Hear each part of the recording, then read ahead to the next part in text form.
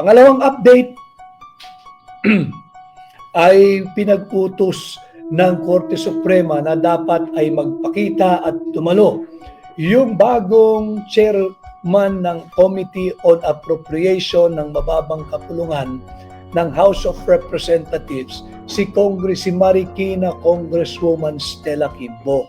Siya ay pinag-uutos na magpakita at dumalo sa gaganaping oral argument diyan po sa Baguio, sa Supreme Court sa April 1. At bukod po riyan, matatandaan po ninyo kahapon ay ipinakita ko yung ating liham doon sa Senado. Tayo po ay nagre-request na bigyan tayo ng listahan kung sino-sino yung mga empleyado ng Senado at ng mababang kapulungan na napapabilang dyan sa tinatawag na Technical Working Group ng Committee on Finance sa Senado at yung miyembro, yung mga empleyado ng mababang kapulungan na bahagi po ng Technical Working Group sa House of Representatives. Ano po yung kahalagahan nito? Pinag-utos po kanina ng Korte Suprema na kinakailangan din ay magpakita at present ang lahat ng empleyado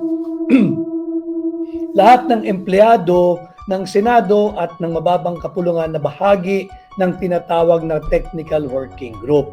Sapagkat matatandaan ho natin, naglabasan diyan sa ANC, diyan sa ABS-CBN, diyan sa GMA na yung news clip na sinasabi nga nito ni Congresswoman Stella Kimbo na merong blanco at ministerial duty na lamang at ang mga nag-fill up ng blanco ay yung mga kawani ng Senado at mababang kapulungan na bahagi ng Technical Working Group.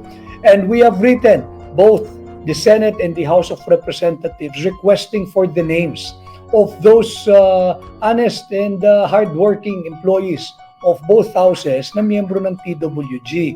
Hindi po para sila ihabulin o ihabla, kundi bahagi po kasi ito ng ating due diligence, complete staff work at case build-up kung sino talagang dapat panagutin dito sa mga blanco sa Bicameral Conference Committee report na nalagyan ng halaga pagdating doon sa General Appropriations Act na napirmahan nga ng Pangulo ng Republika ng Pilipinas. Dito sa ating inihatid na kaso sa Korte Suprema na humihingi na ideklarang null and void at unconstitutional itong 2025 national budget. Sapagkat pera nyo po ito taxpayers money po ang involved dito at bahagi rin dito yung isa sa ating mga argumento kung bakit dapat itong ideklarang unconstitutional dahil meron pong private money involved. Yung mga perang nakolekta sa mga ordinaryong manggagawang Pilipino sa pribado na mandatorily ay kinakaltasan dahil mandatory member po tayong lahat ng tinatawag nating PhilHealth. So binigyan po ng zero funding ng gobyerno yung administrasyon ni Bongbong Marcos ang PhilHealth ngayong taon. Kaya maraming umaalma kung binigyan ng zero funding ang PhilHealth. Hindi po kasi dahilan na meron di umanong 600 million pesos reserve fund ang PhilHealth. That's not the point.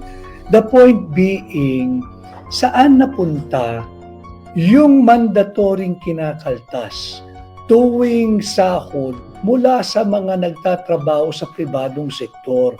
Patatandaan po ninyo, lagi kayong binabawasan sa inyong sahod. Hindi nyo pa man nahihipo yung inyong pinaghirapan tuwing kinsenas at katapusan, kinakaltasan po yung inyong mandatory contribution kasi miyembro ho tayong lahat ng PhilHealth. Yun din po yung ating hinahanap. Yun din po yung ating basihan ng unconstitutional because there is no way that the government can decide na bigyan ng zero budget or defunded ang PhilHealth. Dahil hindi po pera ng gobyerno lamang yan. Pera po nang gagaling sa ordinaryong manggagawang Pilipino na nagtatrabaho sa pribado. Nasaan yung perang yan? Yan ay kinaltaso sa inyo with a guarantee na yan po ay mapupunta pang pondo ng PhilHealth at ng Universal Healthcare Law, yung Republic Act 11223. Ngayon, kung binigyan ng zero funding o defunded po ang PhilHealth, walang binigay na pondo ang gobyerno ngayong taong ito, nasaan yung ikinalta sa sahod ninyo sa loob ng 12 buwan ng isang taon ng 2024? Yun yung ating hinahanap. Hindi ho ba tama si Pangulong Duterte? Pagka may kinaltas ka with a promise that this particular money or fund will go to your PhilHealth at hindi ibinigay sa PhilHealth yan, hindi po ba't estafa ang tawag dyan? Hindi. Ngayon kung ginamit mo naman pang maintain ng public roads o pampondo ng program appropriation, hindi ho ba ang tawag dyan ay malversation? So ito po yung isa sa mga argumentong ating isinusulong sa Korte Suprema. But before I discuss all other issues regarding the case before the Supreme Court, update lang ho.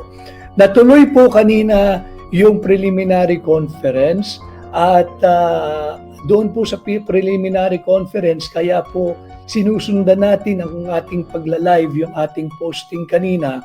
I was informed by our volunteers na meron na pong almost 900,000 views. Iting ko 900,000 views yung ating posting kanina, and that was about just 5 hours ago. Malaki po yung views, hindi po dahil ako po yung naroroon. Wala po akong ilusyon doon, hindi po tayo nag-iilusyon noon. Kaya po malaki yung views, marami po ang sadyang interesado na patuloy nating pag-usapan itong anomalous passage of the 2025 budget.